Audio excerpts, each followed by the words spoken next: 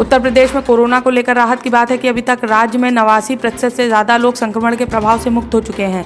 रविवार को सामने आई रिपोर्ट में इसकी जानकारी दी गई। रिपोर्ट में बताया गया कि रविवार को 24 घंटों के भीतर राज्य में कोरोना के कुल 3,348 नए मामले सामने आए हैं। वहीं 3,417 लोग ठीक होकर डिस्चार्ज हो गए हैं। अपर मुख्य सचिव स्वास्थ्य अमित मोहन प्रसाद ने बताया कि प्रदेश में अब कोरोना के कुल 40,019 एक्टिव केस हैं।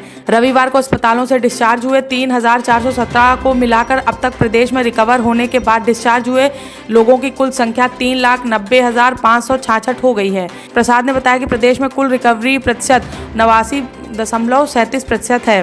प्रदेश में कुल 1,18,98,777 सैंपल्स की जांच की जा चुकी है।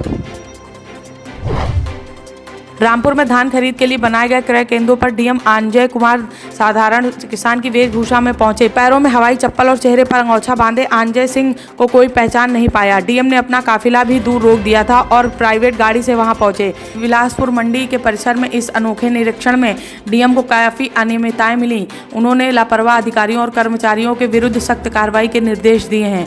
डीएम ने सामान्य किसान की वेशभूषा में केंद्र संचालक पहचान नहीं पाए। उसके बाद उप जिलाधिकारी बिलासपुर सहित अन्य अधिकारियों के पहुंचने के बाद मंडी परिषद में डीएम ने मौजूद होने की जानकारी मिलते ही हड़कंप मच गया। डीएम ने बताया कि उन्हें जानना जरूरी था कि मंडी के लोग मिले तो नहीं हैं। इसमें जो कमी मिली उसमें एक ठेकेदार पर एफआईआर की जा रही है, वहीं कर्मचारी हाजिर नहीं था, उस पर विभागीय कार्रवाई की गई है। एक कमेटी बनाई गई है जो इन पर निगरानी रखेगी और अभी आगे की कार्रवाई तय की जा रही है।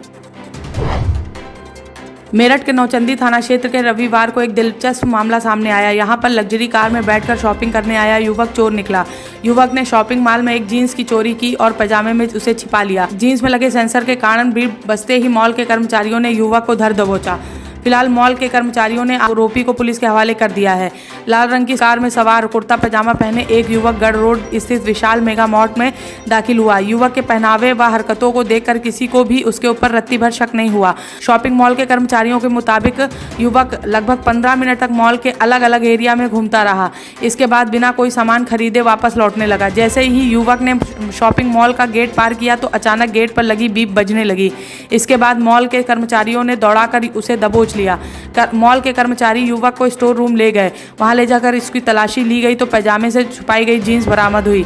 मॉल के स्टोर मैनेजर संदीप ने बताया कि उनके मॉल में भी अधिकांश महंगे प्रोडक्ट्स पर एक सेंसर लगाया जाता है। खरीदारी के बाद जब ग्राहक बिल का पेमेंट करता है तो सेंसर निकाल लिया जाता है। चोरी करने वाले युवक को शायद इस बात को अंदाजा नहीं था।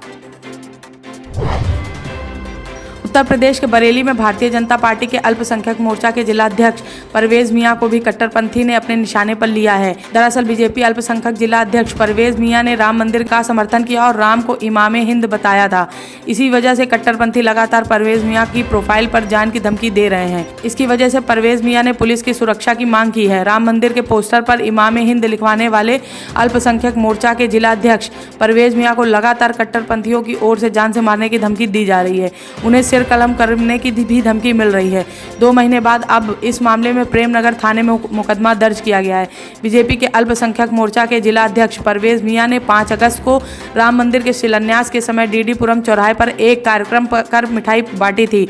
यहां पर एक फ्लैक्स भी लगवाया था। इसमें भगवान राम को इमाम हिंद लिखा गया था। परवेज मियां का कहना है कि भगवान राम को इमाम हिंद का खिताब वर्षों पहले शायर अल्लामा इकबाल ने दिया था। इसकी वजह से उन्होंने भी इसे लिखवा दिया था। फ्लैक्स पर फेसबुक पर अपलोड करने के बाद परवेज मियां को सिर कलम करने की धमकियां मिलने लगीं। कन्नौज जिले से एक हैरान कर देने वाला मामला सामने आया। यहां पुलिस ने एक चोरी की भैंस बरामद की। यही नहीं, पुलिस ने भैंस मालिक को पहचानने का भैंस को ही सौंप दिया। दरअसल बरामद भैंस के 2 दावेदार सामने आ गए थे। दोनों ही दावेदार कोतवाली पहुंचकर भैंस को अपना बता रहे थे। पुलिस जब इस बात का फैसला नहीं कर पाई तो सारा जिम्मा भैंस पर ही डाल दिया।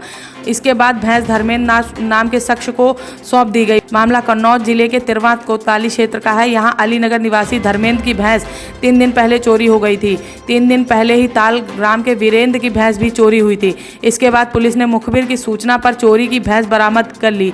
भैंस बरामद होने की जानकारी मिलते ही धर्मेंद्र और वीरेंद्र तिरवा पुलिस थाने पहुंच गए। दोनों थाने पर पहुंचे और उन्होंने भैंस पर अपना दावा किया।